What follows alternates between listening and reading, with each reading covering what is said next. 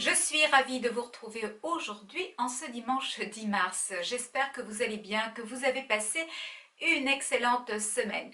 Comme promis, donc la semaine dernière, je vous ai réalisé aujourd'hui une vidéo sur ma routine capillaire car depuis que j'ai ouvert ma chaîne, il y a 2 ans et demi, vous êtes mais vraiment hyper nombreuses à me demander ce que je fais pour entretenir mes cheveux. Vous allez voir que je ne fais rien de particulier, mais je vais vous expliquer toutes les étapes une par une, en espérant que cela pourra peut-être vous inspirer et vous donner des idées pour vous occuper de vos cheveux à vous. C'est vrai que j'ai 57 ans et c'est vrai que j'ai les cheveux longs et j'ai très envie de vous dire et alors ? Et alors, chacune fait ce qu'elle veut. Il y a des femmes qui aiment les cheveux courts et ça leur va très bien. Il y en a d'autres qui ont des carrés, ça leur va très bien aussi.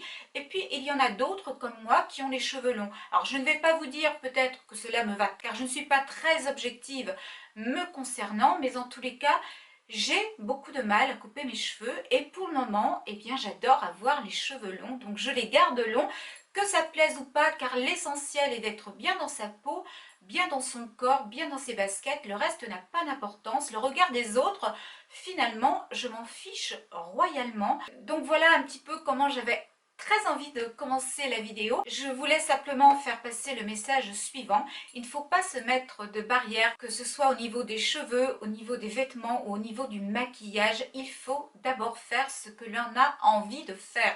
Si vous avez envie de couper vos cheveux, faites-le. Mais si vous avez envie de garder vos cheveux longs, alors gardez-les longs. Entretenez-les par contre, car c'est très important d'avoir des cheveux entretenus. Mais voilà, chacune fait comme elle veut. Donc on commence tout de suite. Avant toute chose, j'aimerais quand même vous adresser toutes mes excuses pour la vidéo de la semaine dernière car je n'ai pu répondre à aucune d'entre vous. Donc voilà, j'espère que cette semaine j'aurai un petit peu plus de temps et que je vais pouvoir vraiment vous accorder un petit moment privilégié car avant tout ma chaîne est une chaîne d'échange. Je l'ai souvent dit, je le répète encore, mais c'est vraiment une chaîne d'échange et de partage. Donc moi je me sens un petit peu fautive dès l'instant où je ne peux pas vous répondre. Mais voilà, parfois il y a des petits imprévus dans la vie qui font qu'on ne peut pas toujours être au taquet. Je vous ai donc réalisé une vidéo où je vous montre toutes les étapes que je vais vous expliquer. Vous êtes prête, hein? Vous pouvez prendre un petit café, un thé, un petit chocolat, parce que la vidéo, oh, je pense pas qu'elle va durer très longtemps, mais elle va durer une dizaine de minutes quand même. Pour toutes celles qui arriveraient par hasard sur ma chaîne aujourd'hui et qui ne me connaissent pas, sachez que j'ai un cheveu très long et un cheveu très épais. Ceci dit, j'ai énormément de chance car il se démêle plutôt bien et il se place plutôt bien quand je pratique mon brushing. La première chose que...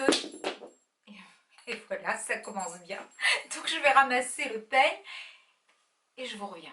Je vous disais donc, la première chose que je fais systématiquement avant de procéder au shampoing, c'est de venir peigner mes cheveux. Je me munis de ce peigne qui me suit depuis au moins 30 ans.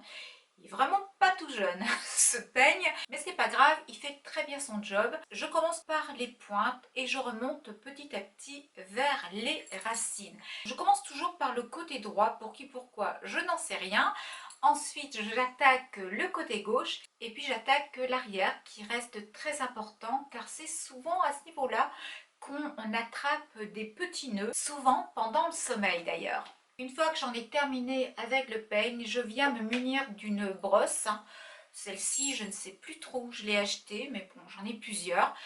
J'en ai pris une au hasard aujourd'hui et pareil, je vais venir brosser mes cheveux. Donc je pars toujours des pointes et je vais remonter vers les racines. Une fois que ces deux étapes sont réalisées, j'ai l'impression vraiment d'avoir le cheveu libéré, d'avoir le cheveu complètement aéré et prêt pour le shampoing.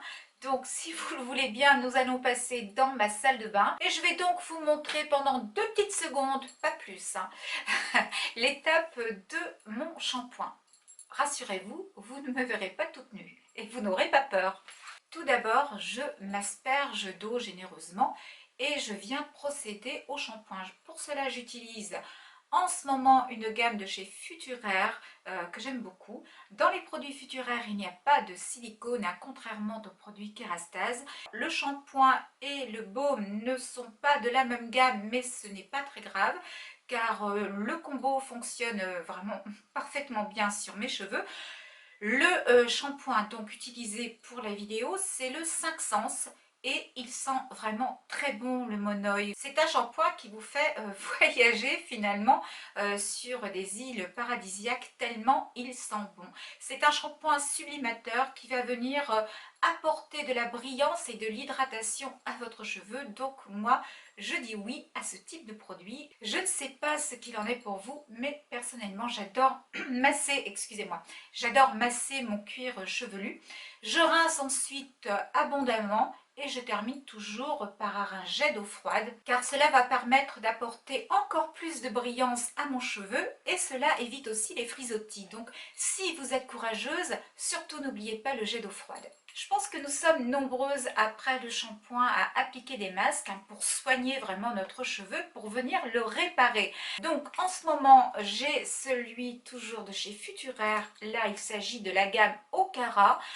C'est un baume sublimateur qui va apporter de la brillance, de l'éclat et de la souplesse à mon cheveu. C'est un produit que je connais déjà. La dernière fois, j'avais eu la chance de l'avoir en format professionnel, mais je n'ai pas retrouvé, donc je l'ai pris en tout petit tube comme cela. Il ne va pas me faire longtemps vu la longueur de mes cheveux, mais ce n'est pas grave, j'en rachèterai. Ce que je fais, je viens vraiment bien peigner mes cheveux avant d'appliquer ce masque. J'en applique uniquement sur toutes les longueurs et je viens faire pénétrer le produit de manière très consciencieuse. Et oui, je suis une très bonne élève.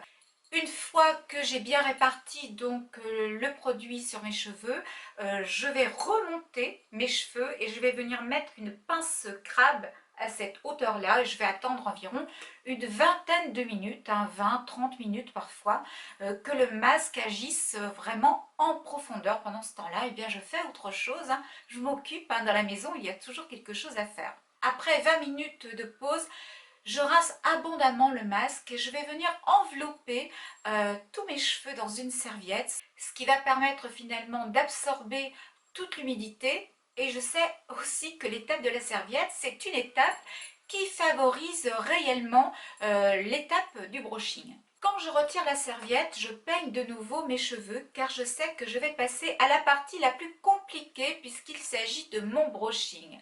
Je fais donc extrêmement attention à ce qu'il n'y ait aucun nœud et une fois que j'en ai terminé avec cette étape, je prends une brosse et j'attaque ce que je déteste vraiment le plus. Là, vous allez voir quelques images, mais en réalité, le brushing me prend plus d'1 h 30, oui, pratiquement même 2 heures. Je commence toujours par la frange, car si je ne m'en occupe pas immédiatement, elle a tendance à prendre un mauvais pli. Donc je sèche ensuite mes cheveux avec mes bains, un petit peu n'importe comment. Et puis je vais me mettre quelques pinces, c'est pas très glamour, ça je vous l'avoue, mais c'est très pratique pour coiffer mes cheveux par niveau au final. Et je commence par les cheveux du dessous quand je m'attaque au brushing. Je voulais vous montrer mes deux outils principaux pour réaliser mon brushing. Il s'agit d'un sèche-cheveux. Je vous mettrai le nom du sèche-cheveux en barre d'infos si cela peut vous intéresser, ainsi que le nom de la brosse. Ce sont deux articles que j'ai trouvés dans un magasin qui est fait essentiellement pour les professionnels de l'esthétique et de la coiffure, mais c'est une enseigne qui est ouverte à tout le monde. Par contre, si vous n'êtes pas coiffeuse ou esthéticienne, vous n'aurez pas les 30%. Si j'ai un conseil à vous donner, c'est de bien vous équiper pour pouvoir réaliser d'excellents brushings. Concernant les brushings, je varie en fonction de mes humeurs, en fonction de ce que j'ai envie. Donc parfois il s'agit de brushing lisse et puis parfois il s'agit de brushing un petit peu bouclé. Et pour les boucles, cette brosse elle est juste parfaite puisqu'il me suffit d'enrouler ma mèche de cheveux autour de la brosse et cela vient me faire une très jolie boucle. J'ai la chance d'avoir un cheveu particulièrement bien discipliné et qui m'obéit. Donc je trouve ça plutôt chouette, vraiment. La dernière chose que je n'oublie jamais de faire après chaque brushing, c'est de m'appliquer de l'huile de chez Kerastase. Il s'agit de l'élixir ultime, c'est une huile vraiment miraculeuse, en tous les cas pour moi. Je viens en prélever simplement une petite noisette, je la fais chauffer donc entre mes doigts et je viens en déposer uniquement sur les pointes de mes cheveux. C'est un excellent produit que je connais mais depuis des années et des années, et avec un flacon comme ceci, je fais facilement 2 années consécutives, hein. C'est donc très économique. Voilà, le brushing est terminé. Vous avez vu le résultat en vidéo. Il s'agit donc aujourd'hui d'un brushing lisse et d'un brushing souple. Je n'utilise jamais de shampoing sec. Je sais que beaucoup d'entre vous en utilisent. Personnellement, je n'en ai jamais acheté et je ne peux donc pas vous en parler. Je réalise un shampoing une seule fois par semaine et cela me suffit amplement. Ceci dit, je n'ai pas le cheveu qui graisse particulièrement. J'ai la chance, je l'avoue, d'avoir un cheveu qui ne me donne pas trop de problèmes, hormis le temps que cela me prend pour faire un brushing. Je précise que je n'ai jamais pris de complément alimentaire non plus, car je suppose que vous allez peut-être me poser la question en commentaire, donc je réponds par avance que je n'ai jamais pris de complément alimentaire pour mes cheveux. J'ai la chance de ne les avoir jamais perdus, même pendant mes grossesses ou après avoir accouché de mes enfants. Je n'ai jamais perdu mes cheveux, bien évidemment, je suis comme vous toutes. J'ai quelques petits cheveux parfois qui traînent hein, après mon shampoing, mais il n'y a rien d'alarmant, loin de là. J'espère avoir fait le tour de la question en matière de cheveux. Depuis le temps que certaines d'entre vous me réclamaient cette vidéo, j'espère très sincèrement qu'elle aura été suffisamment complète et qu'elle vous aura peut-être apporté quelques solutions. Je n'ai pas l'impression de faire quelque chose de particulier, je le répète, je l'ai déjà dit en début de vidéo, mais c'est la réalité. Maintenant, si vous avez des questions à me poser, des petits compléments d'information à me demander, n'oubliez pas que les commentaires sont faits pour ça, donc posez-moi les questions et je vous répondrai. Je vais clôturer la vidéo du jour, j'espère très sincèrement qu'elle vous aura plu. Je compte sur vos petits pouces en l'air, sur vos commentaires, sur vos partages aussi, hein. Si vous avez envie de partager la vidéo, faites-le, je vous en remercie par avance. N'oubliez pas que vous pouvez aussi vous abonner à ma chaîne YouTube si le contenu de celle-ci vous plaît, bien évidemment. Tout abonnement reste gratuit pour toutes celles qui se poseraient encore des questions à ce sujet. Et pour toutes celles qui désirent venir me rejoindre sur mes réseaux sociaux, qu'elles n'hésitent pas à le faire, hein. Tous les liens se trouvent en barre d'infos. Je vais vous souhaiter un excellent dimanche, une très jolie semaine à venir. Je vous fais de gros bisous et je vous dis à très vite. Prenez soin de vous surtout. Bye.